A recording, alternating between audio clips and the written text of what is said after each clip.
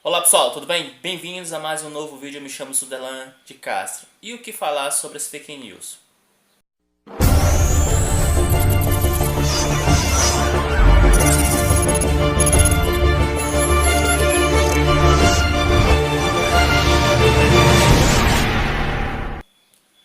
Pois bem, pessoal, uma das ferramentas mais utilizadas por Jair Messias Bolsonaro e seus seguidores milicianos digitais durante as eleições de 2018, as chamadas fake news, Bolsonaro, de certa forma, veta uma pena mais dura para quem divulga os fake news nos períodos das eleições. É claro que devemos ter a consciência que essa propagação de notícias falsas tende a prejudicar a credibilidade das notícias verdadeiras.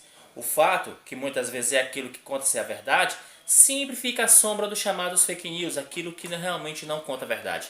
Quem não lembra do assunto do famoso kit gay, na qual Bolsonaro utilizou para derrotar seu concorrente Haddad? Sim, mesmo com o TSE, o Tribunal Superior Eleitoral, dizendo que aquilo era uma divulgação não verídica, Bolsonaro tinha conseguido, junto com a sua milícia digital, convencer milhares de brasileiros que Haddad implantaria um sistema homossexual nas escolas, fora todas as outras divulgações de notícias que na qual não era verdadeira e que se esperava que o TSE e outros órgãos da justiça responsável pudesse combater de forma mais firme as pessoas que divulgassem notícias falsas. É como se fosse uma corrida entre o bem e o mal. Claro que parece que o bem, a distância ficou em relação do mal. Os fake news se tornou parte tão corriqueira, tão marcante deste governo, que Bolsonaro não seria capaz de aprovar leis duras a quem fazia essas divulgações caluniosas, as pessoas que na qual estariam disputando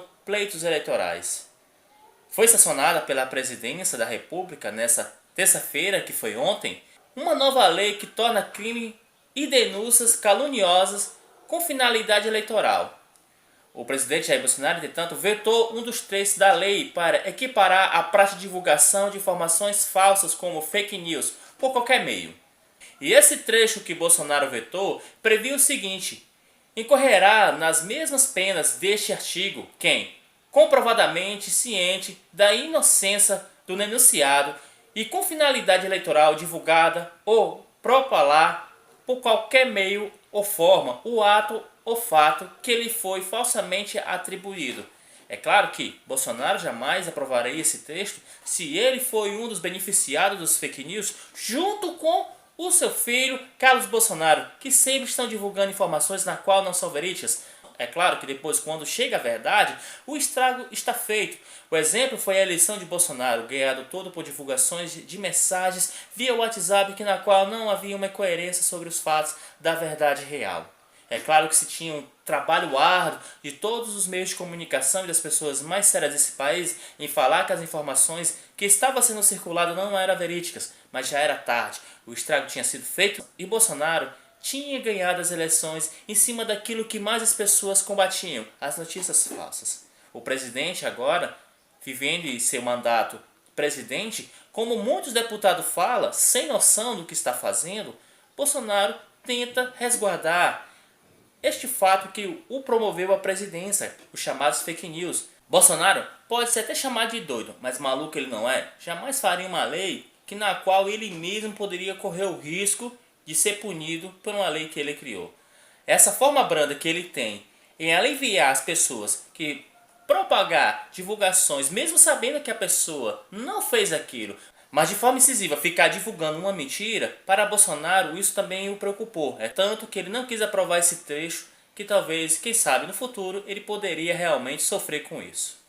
E dando continuidade a todas as formas sem noção que o governo tem, Bolsonaro, sobre a polêmica modificação da CNH, ele diz que se fosse por ele colocaria 60 pontos e não 40. Já é uma absurda a quantidade de 40 pontos, porque só vem a beneficiar motoristas imprudentes.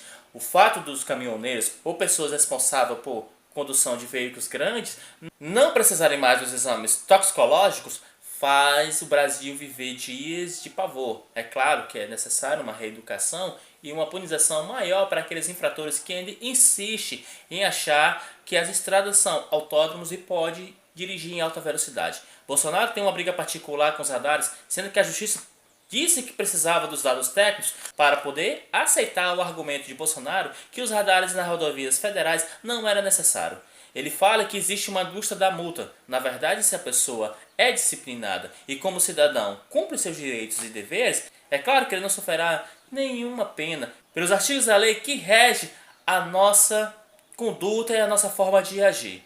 Indo de contramão aos países desenvolvidos, onde a punição e a fiscalização nas rodovias federais de países de primeiro mundo evoluído como Estados Unidos, Grã-Bretanha, Alemanha, Suíça, Brasil acha que desnecessariamente essas formas de ser rigoroso com motoristas imprudentes aqui no Brasil não é necessário.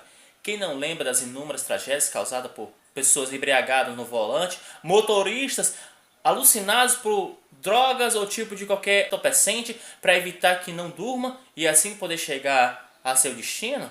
É claro que a gente precisa ter uma noção do que aquilo que é importante para o Brasil. A reforma da Previdência para poder destrancar todos os mercados e gerar a economia do Brasil, para Bolsonaro isso já não é um grande interesse nem tampouco a sua preocupação. A preocupação está realmente em querer agradar uma certa categoria como dos caminhoneiros que exigem modificações do Código de Trânsito para não mais serem emprego em suas infrações. A gente vê que o Brasil parece que se perdeu daquilo que realmente é o sensato. Bolsonaro vê que o fato das pessoas não respeitar as vagas para quem é deficiente de idoso ou quem fica na porta das escolas esperando seus filhos, sendo que é um local proibido e que recebe multa, Bolsonaro vê isso como uma chamada indústria da multa. Ele, como deputado que esteve 28 anos na Câmara e nenhum projeto de grande relevância apresentou em benefício desse país, agora ele mostra projetos que é realmente um desserviço à população brasileira.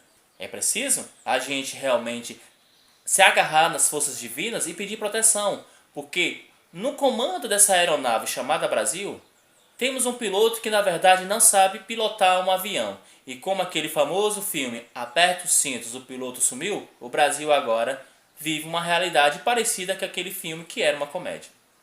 No mais, eu me despeço por aqui, pessoal. Valeu e um forte abraço.